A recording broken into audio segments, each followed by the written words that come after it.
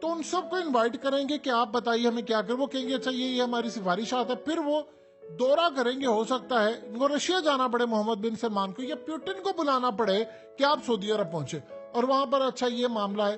کیونکہ اس جنگ کا خاتمہ سب چاہتے ہیں سوائے امریکہ کے. امریکہ تو چاہے گا اور اسرائیل بھی نہیں چاہتا, اور اتنی بڑی شکست ہو جائے گی. وہ تو آپ جانتے ہیں کہ اس وقت معاملہ کیا ہے. وہ تو پولینڈ کو کہہ رہے ہیں کہ تمہیں نیٹو میں شامل کرتے ہیں, سویڈن کو بھی کرتے ہیں, اور پولینڈ کہہ رہا ہے ٹھیک ہے میں تو چڑھ دوڑنے کے لیے تیار ہوں روس کے اوپر, اور پیچھے سارا میرا یورپ آ جائے گا. تو وہ تو تیسری جنگ عظیم میں اس کو بدلنا چاہتے ہیں.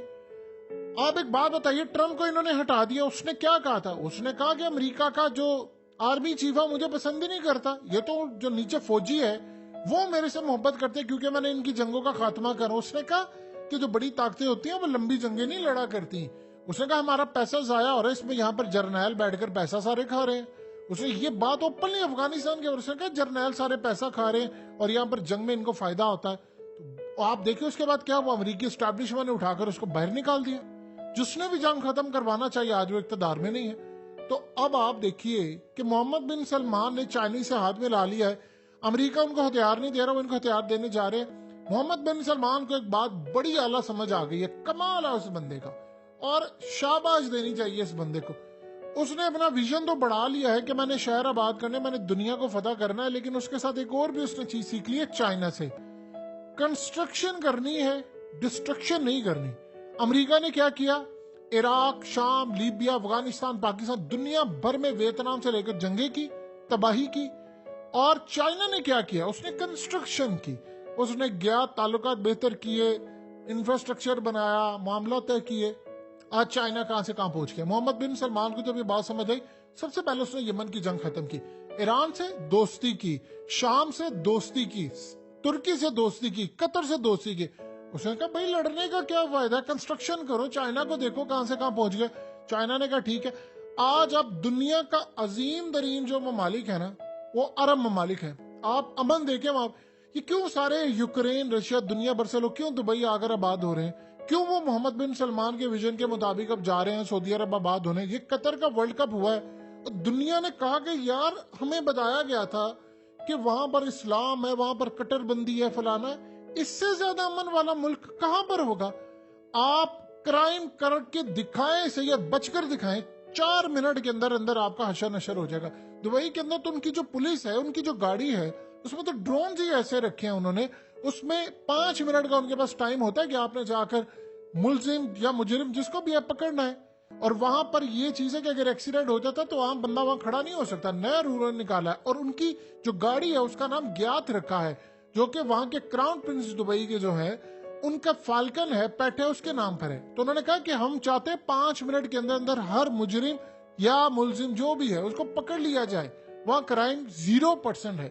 اور یہی کام آپ سعودی عرب میں دیکھ رہے ہیں. مدینہ دنیا کے سب سے سیفسٹ پلیس ہے عورتوں کے لیے. مکہ کے اندر الحمدللہ حج کا ایونٹ کیا, دنیا اشش کرتی رہ گئی ہے کہ یار یہاں پر اتنا امن ہے. یہ وہ وجوہات ہے جس سے ان کو تکلیف ہوتی ہے. اب وہ کہہ رہے ہیں کہ اچھا ریاض کے اندر بیٹھک ہوگی تو مسلمان اٹھ کر دنیا کا مسئلہ حل کروائیں گے. یہ بات تو ان سے ہضم نہیں ہو رہی.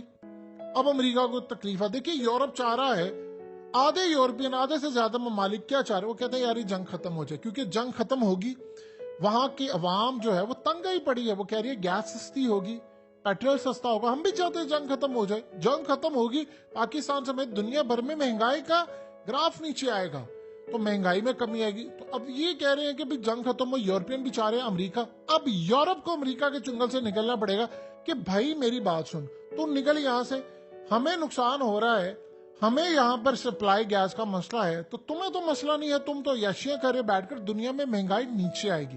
یہ جنگوں نے کبھی دنیا کی خیر کی ہے بتائیں, کبھی زندگی. افغانستان میں دیکھ لیں, پاکستان میں دیکھ لیں, کتنے لوگوں کی جانیں گئی ہیں, کبھی خیر ہوئی ہے. تو اس صورتحال میں محمد بن سلمان نے جو انیشیٹو لیا ہے, یہ بڑے بڑے لیڈر ہی لے سکتے ہیں.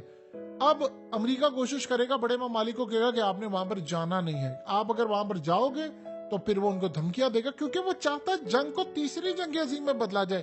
وہ اصل میں چاہ رہا ہے کہ اس میں چائنا کو بھی شامل کر لیا جائے, ہم کود پڑیں, اور اسرائیل تو پہلے تیار بیٹھا ہوا ہے. تو محمد بن سلمان کے لیے ہیٹس آف, کہ کمال وہ بندے کا ویژن ہے. اس نے سب کو اکٹھا بٹھایا کہ بھائی بیٹھو, بیٹھ کر مسئلہ حل کرو. اور انشاءاللہ امید ہے آپ دیکھیں گے وہ لیڈ کرے گا فرنٹ سے، اور مستقبل کا جو لیڈر آپ کو نظر آئے گا امت مسلمہ میں، وہ انشاءاللہ مسلمانوں کے اندر سے ہوگا، آپ کو نظر آئے گا، جس بندے کا ویژن یہ ہے کہ اس نے سمپل سی بات کی، اسے کہا ہم یورپ نہیں جائیں گے، یورپ یہاں پر آئے گا، میں ایسا ملک بنا دوں گا۔ اور آج دیکھ لیں فٹ بال کی دنیا کے اندر اتنے بڑے کوچز نے کہہ دیا، اس نے کہا جب سے سعودی کلب آیا ہے فٹ بال کی ڈسٹنی بدل گئی ہے، ساری دنیا اب ادھر ہی جا رہی ہے۔